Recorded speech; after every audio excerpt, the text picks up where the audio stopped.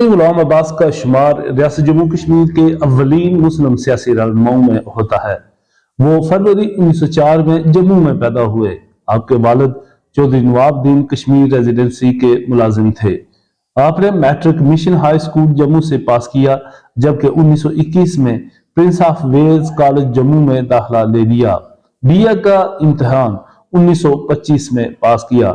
دوران طالب علمی چودھری غلام عباس نے اپنی سیاسی سرگرمیاں سیاسی و سماجی تنظیم ینگ مین مسلم آرگنائزیشن سے شروع کی۔ یہ تنظیم 1909 میں قائم کی گئی تھی۔ اس کا مقصد مسلمانوں کو ایک ایسا سیاسی پلیٹ فارم مہیا کرنا تھا جہاں سے وہ اپنی سرگرمیاں شروع کر سکیں۔ اس تنظیم کو چودھری غلام عباس نے دوبارہ سے منظم کیا۔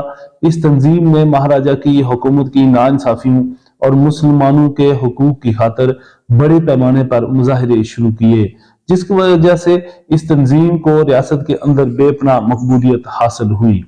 1929 میں چودھری غلام عباس نے لاء کالج لاہور میں داخلہ لیا۔ 1931 میں قانون کا امتحان پاس کیا۔ 13 جولائی 1931 کو جب عبدالقدیر کے مقدمہ کی سماعت کے دوران اذان دینے پر مہاراجہ کی پولیس نے مسلمانوں کو شہید کیا تو چودھری غلام عباس کو بھی دیگر کشمیری رہنماؤں کے ہمراہ گرفتار کر لیا گیا تھا۔ انہیں گرفتار کر کے قلعہ ہری پربت میں رکھا گیا، بعد میں انہیں رہا کر دیا گیا۔ حکومت برطانیہ نے ریاست کے داخلی معاملات کی تحقیقات کے لیے گلانسی کمیشن قائم کیا، جس کی سفارشات پر مہاراجہ ہری سنگھ نے 10 اپریل 1931 کو دستخط کر دیے۔ اس موقع پر شیخ عبداللہ اور چودھری غلام عباس کو خیال آیا کہ مسلمانوں کے حقوق کے لیے ایک سیاسی پلیٹ فارم مہیا کرنے کے لیے ایک سیاسی تنظیم کی بنیاد رکھی جانی چاہیے۔ دونوں نے مل کر آل جموں کشمیر مسلم کانفرنس کی بنیاد رکھی، جس کا صدر شیخ عبداللہ اور جنرل سیکرٹری چودھری غلام عباس کو بنایا گیا۔ یہ جماعت 1938 تک قائم رہی۔ اس کے بعد شیخ عبداللہ نے اس کا نام نیشنل کانفرنس رکھ دیا۔ اس فیصلہ کو تمام مسلم کانفرنسی زعماء نے منعان قبول کیا۔ کچھ عرصہ بعد 1940 میں مسلم کانفرنس کو دوبارہ زندہ کرنے کی کوششوں کا آغاز ہوا۔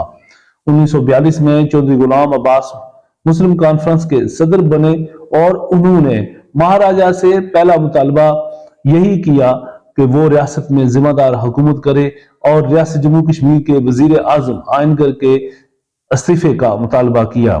1944 میں جب قائد اعظم محمد علی جناح ریاست جموں کشمیر کے دورے پر آئے تو چودھری غلام عباس سوچیت گڑھ، جہاں سے ریاست میں محمد علی جناح داخل ہوئے، وہاں سے لے کر کوہالہ تک ان کے ہمراہ رہے۔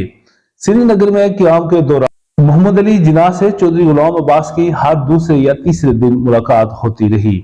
1946 میں شیخ عبداللہ نے مہاراجہ کے خلاف کوئٹ کشمیر موومنٹ کا آغاز کیا۔ یہ تحریک ناکام ہو گئی، جبکہ شیخ عبداللہ کو مہاراجہ نے غداری کا مقدمہ قائم کر کے جیل میں ڈال دیا۔ اس موقع سے فائدہ اٹھا کر مسلم کانفرنس نے راست اقدام ڈائریکٹ ایکشن حکومت کے خلاف لیا۔ میر واعظ یوسف شاہ نے اس اقدام کی مخالفت کی۔ ان کے ساتھ کئی دوسرے مسلم کانفرنسی رہنما ان کے ہم نوا بن گئے۔ اس عمل کو مہاراجہ کی حکومت نے غیر قانونی قرار دے کر چودھری غلام عباس اور ان کے دیگر ساتھیوں کو گرفتار کر دیا۔ چودھری غلام عباس اور شیخ عبداللہ تب تک جیل میں رہے جب تک بر صغیر پاکستان اور ہندوستان میں تقسیم نہیں ہو گیا اور ریاست جموں کشمیر ایک مسئلے کی صورت اختیار نہیں کر گیا۔ قیام پاکستان کے وقت چودھری غلام عباس جیل میں تھے۔ 1 جنوری 1948 کو چودھری غلام عباس کو جموں جیل سے رہا کر کے پاکستان روانہ کیا گیا۔ یہاں آتے ہی انہوں نے مسلم کانفرنس کی قیادت سنبھالی۔ آزاد جموں کشمیر حکومت کا سپریم ہیڈ مقرر کر دیا گیا، جبکہ اصل اختیارات صدر ابراہیم خان کے پاس تھے۔ ان دونوں میں اس قدر اختلافات ابھر کر سامنے آئے کہ چودھری غلام عباس نے نگران اعلیٰ کے عہدے سے 1951 میں استعفیٰ دے دیا۔ جون 1958 میں چودھری غلام عباس نے کشمیر لبریشن موومنٹ کا آغاز کیا۔ انہوں نے جلد بدی لائن عبور کرنے کا فیصلہ کیا، مگر چودھری غلام عباس کو 27 جون 1958 کو راولپنڈی سے گرفتار کر لیا۔ 1958 میں ہی پاکستان میں مارشل لا لگ گیا۔ 1962 میں جب شیخ عبداللہ پاکستان کے دورے پر آئے تو چودھری غلام عباس نے ان کا والہانہ استقبال کیا۔ ایک جلسہ عام میں چودھری غلام عباس نے شیخ عبداللہ کو ایشیا کا بڑا لیڈر قرار دیا۔